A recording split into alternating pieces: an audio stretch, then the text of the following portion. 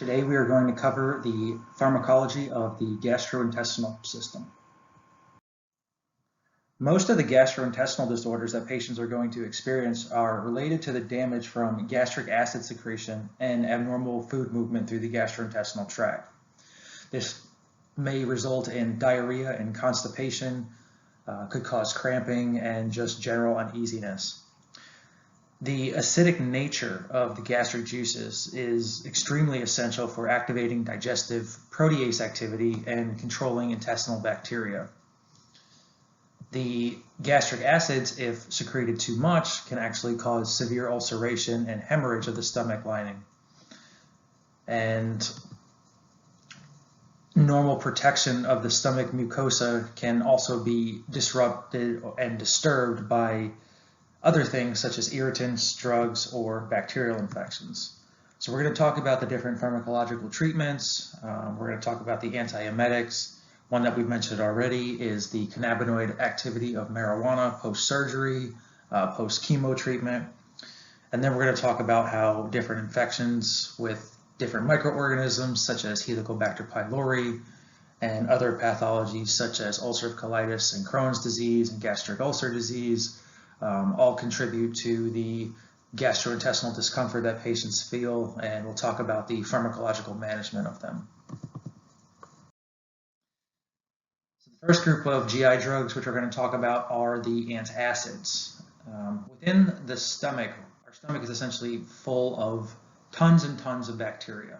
It's a very complex ecosystem which contains over 400 bacterial species.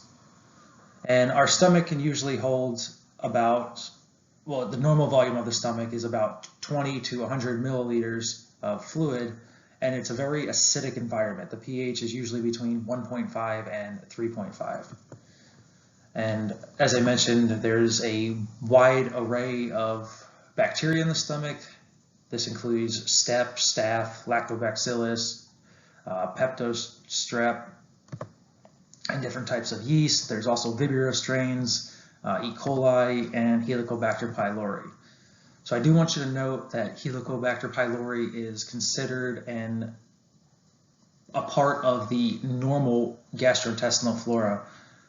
And a lot of the antacids actually have the capability to inhibit H. pylori. The antacids, what they are is they're essentially just a base. So as I mentioned before, the stomach is a very acidic environment. So if we mix a base, some type of carbonate or hydroxide combined with aluminum, magnesium, sodium, or calcium, we get the antacids to help raise the pH of the stomach to stop the irritation and increase the intragastric pH. So the base is essentially going to bind to these positive hydrogen ions and raise it to a more alkaline number. The antacids, these are a lot that you see general over the counter. You've seen Alka-Seltzer, milk of magnesia, Maalox, Mylanta, Rolaids, Pepto-Bismol, and Tums.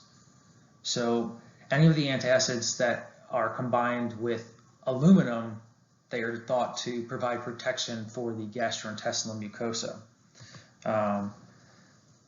Many of the antacid products are combined with aluminum, and some with magnesium, and some with a double combination of both aluminum and magnesium, which help to provide a more balanced effect on the gastrointestinal function, with the hope that the increased gastrointestinal motility produced by magnesium will be offset by the decreased mobility associated with aluminum. And again, aluminum is more for protection of the mucosa. So the antacids are really good for any type of stomach irritation. You'll see people taking Tums and Pepto-Bismol. I swear by Pepto-Bismol, it's one of the greatest inventions of Western medication and Western pharmaceuticals. The side effects for the antacids include constipation with the aluminum-containing ones and diarrhea with the magnesium-containing ones. And with excessive diarrhea, we could become dehydrated and develop electrolyte imbalances. Now let's move into all the histamine 2 receptor blockers, or the H2 receptor antagonist. Important suffix I want you to know here, all the titines, cimetidine, famotidine, nizatidine, and ranitidine. Those are all the H2 receptor blockers. So let's start off by talking about histamine first. So histamine stimulates specific receptors on the stomach parietal cells to increase gastric acid secretion. And the H2 receptor blockers, or the H2 receptor antagonists, what they do is they prevent the histamine active release of gastric acid under basal conditions and during stimulation by food. And therefore, they can be helpful in decreasing the damage from gastric acid caused by just normal stomach irritation, and if people are taking NSAIDs and any other type of factor that increase acid secretion. So the big thing I want you to know about the H2 receptor blockers is they're used for what their uses are for and the suffixes. So I give you a clinical vignette and I want you to be able to pick out the titines. They're really good for long-term management of peptic ulcers, dyspepsia, which is also known as indigestion, and GERD, gastroesophageal reflux disease. These drugs are very commonly prescribed because they have a very good safety profile, and many are available over the counter. Very mild side effects, which include the transient gastrointestinal problems like nausea, diarrhea, and constipation. The gastrointestinal drugs and their specific subclasses are fairly easy to remember because of the general classification of the drugs in relation to their suffixes. So we just covered the H2 receptor antagonist. Now we're going to move into the proton pump inhibitors, or the PPIs. And these all end in prazole, P-R-A-Z-O-L-E. So the most common PPI that is on the market still and was the original PPI is omeprazole. So you may have heard of this called Prilosec OTC. Another really common one is esomeprazole. This is Nexium, and any of the other prazoles. You can find these readily available at any drugstore, Walmart, CVS, things like that. So how the PPIs work, they inhibit the hydrogen potassium ATPase enzyme that's responsible for secreting acid from the gastroparietal cells into the lumen of the stomach. So the hydrogen potassium ATPase enzyme is also known as the proton pump. The proton pump inhibitors are really good for treating overactive Helicobacter pylori infections, and they're extremely effective, and if given in the right amount, the therapeutic doses can reduce gastric acid secretion by 80 to 95%. So what that does is essentially stops the massive amount of acid from being produced in the stomach, so the pH doesn't get too of an acidic value that causes the stomach irritation. There's a lot of recent evidence that indicates that the proton pump inhibitors are more effective than the H2 blockers and antacids in controlling acid secretion and promoting the healing of ulcers in various conditions that cause gastric acid production. The PPIs also have anti-inflammatory properties that help decrease the gastric irritation, and they are known as the drug of choice in long-term treatment for patients with gastric and duodenal ulcers. Really important concept. I will test that on the exam. The PPIs, omeprazole, esomeprazole, are the drug of choice in the long-term treatment for patients with gastric and duodenal ulcers, as well as gastroesophageal reflux disease. So as I mentioned earlier, Helicobacter pylori is a normal constituent of the intestinal flora. So this is a little bit of something that's unclear in the textbook. So the textbook states that this is a gram-negative bacteria in the upper gastrointestinal tract of people with gastric ulcer disease. Well, it's also present in the stomach of people who don't have gastric ulcer disease. However, it might just be a more proliferating strain or a higher abundance of a particular strain of Helicobacter pylori. So there's been a lot of research on H. pylori, and a lot of the research suggests that this bacteria may cause or potentiate the development of the gastroduodenal ulcers. And by treating H. pylori, this is an essential component to treat the types of ulcers that form, the gastroduodenal ulcers. So the way this is treated, this is actually a triple therapy for up to 2 weeks, and I definitely want you to know this concept. So it's a triple therapy of 2 antibacterials and 1 proton pump inhibitor. So I want you to be able to pick out the different antibacterials. This is kind of be a review from exam 1, but you should all know amoxicillin and clarithromycin. You should all know metro, and from the previous slide, you should be able to pick out the prazole suffix and pick 2 of the antibacterials in combination with something like omeprazole. So the triple therapy treatment is really important for getting H. pylori levels down to a normal amount. So sometimes with the triple therapy after 2 weeks, the antibacterial drugs will be discontinued by the MD, but some patients may actually need to stay on maintenance doses of the proton pump inhibitors. Sometimes the anticholinergics such as ipratropium and tiotropium and even atropine are used to treat gastric ulcers. I'm not going to really test on anything on this slide. I just want you to know these different agents just because, especially with the anticholinergics, they're not typically used to treat gastric ulcers in the USA. They're, in many other countries, they're a go-to, but because of the anticholinergic side effects that the patients experience, and a lot of times when the anticholinergics are given to a patient to treat gastric ulcers, they actually have more cons than they actually have pros. So other drugs that are used, pirenzepine and tolenzapine. Pirenzepine is M1 selective antagonist, and it's used in the treatment of peptic ulcers, as I mentioned, and it also reduces gastric acid secretion and reduces muscle spasm. Tolenzapine is a selective M1 antimuscarinic, and it's used to treat peptic ulcers. So the other drugs, metoclopramide, the prostaglandins, and sulcrafate are also used. Metoclopramide is officially classified as a dopamine receptor antagonist, but it also appears to enhance the peripheral effects of acetylcholine. The prostaglandins are used because they inhibit gastric acid secretion and they stimulate bicarbonate secretion and increase gastric blood volume. Sulcrafate, it's really debatable, and we don't really understand why sulcrafate works, but supposedly it forms a barrier or coat over the ulcer, and this protects the ulcer from the acid of the stomach, allowing it to heal. Sulcrafate contains an aluminum salt, and potentially that contributes to the healing process of the gastric ulcers, but again, we don't really know the mechanism. That's just one theory of it. So again, I'm not going to test on anything on this slide. I just want you to be aware of the other treatment methods that are used to treat and control gastric ulcers.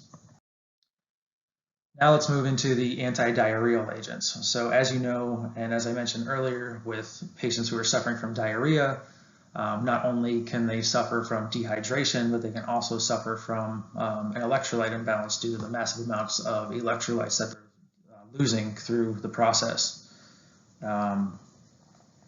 And how diarrhea actually works is, well, the normal propulsion of food through the gastrointestinal tract is crucial for proper absorption of nutrients and water. So food has to take a certain amount of time, and gastric emptying has to take a certain amount of time. The bolus has to move through peristaltic movements through the GI tract and has to stay in certain areas of the small intestine and large intestine, as we mentioned in anatomy, for specific amounts of times in order to get the proper nutrient and water absorption that the body needs. But if this transit time is too fast, then we get diarrhea. So imagine if we're going through the duodenum, the jejunum, and the ileum really, really fast, well, we're losing a lot of our nutrient absorption. So the food absorption is going to be very poor. And even if we're moving past through the large intestine where a lot of the water absorption occurs, we can be dehydrated because we're not getting the essential water that our body needs. One of the best antidiarrheal agents, and I preach for Pepto-Bismol. I want you to know the generic name. It's bismuth salicylate.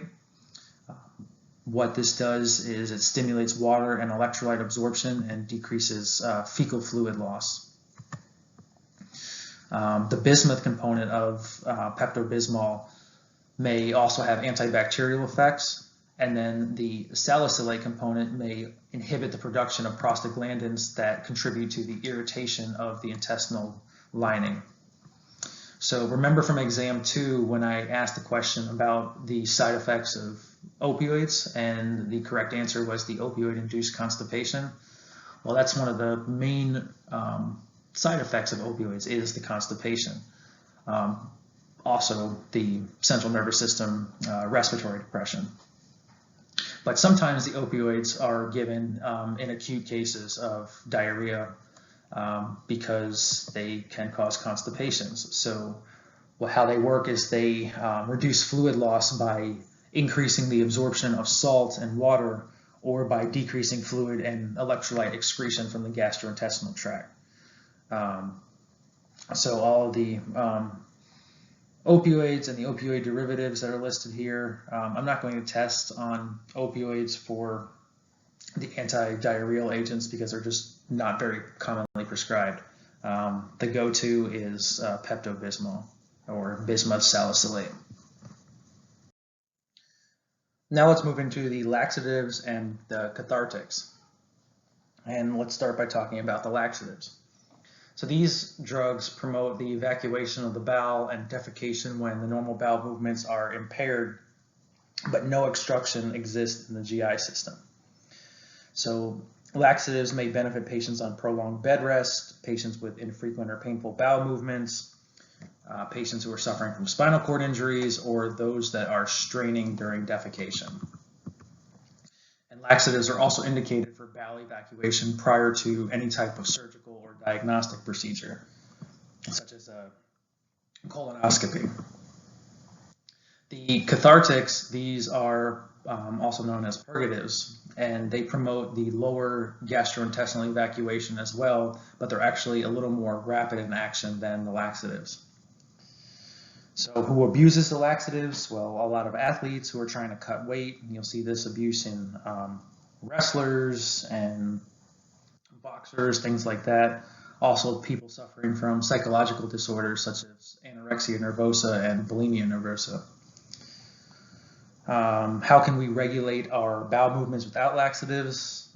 Diet and exercise. So eating a high fiber diet, include foods such as broccoli, avocados, bananas, lentils, pasta, so on and so forth. Anything high in fiber will help to promote normal bowel movements.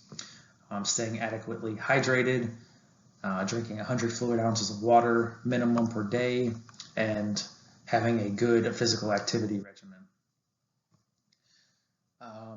So I'm not going to test on the different mechanisms of the laxatives, like what differentiates a bulk forming versus a stimulant versus a hyperosmotic, blah, blah, blah, because a lot of these mechanisms we don't essentially know, but I am going to tell you what we do know about them, and I'll highlight the drugs that I want you to know.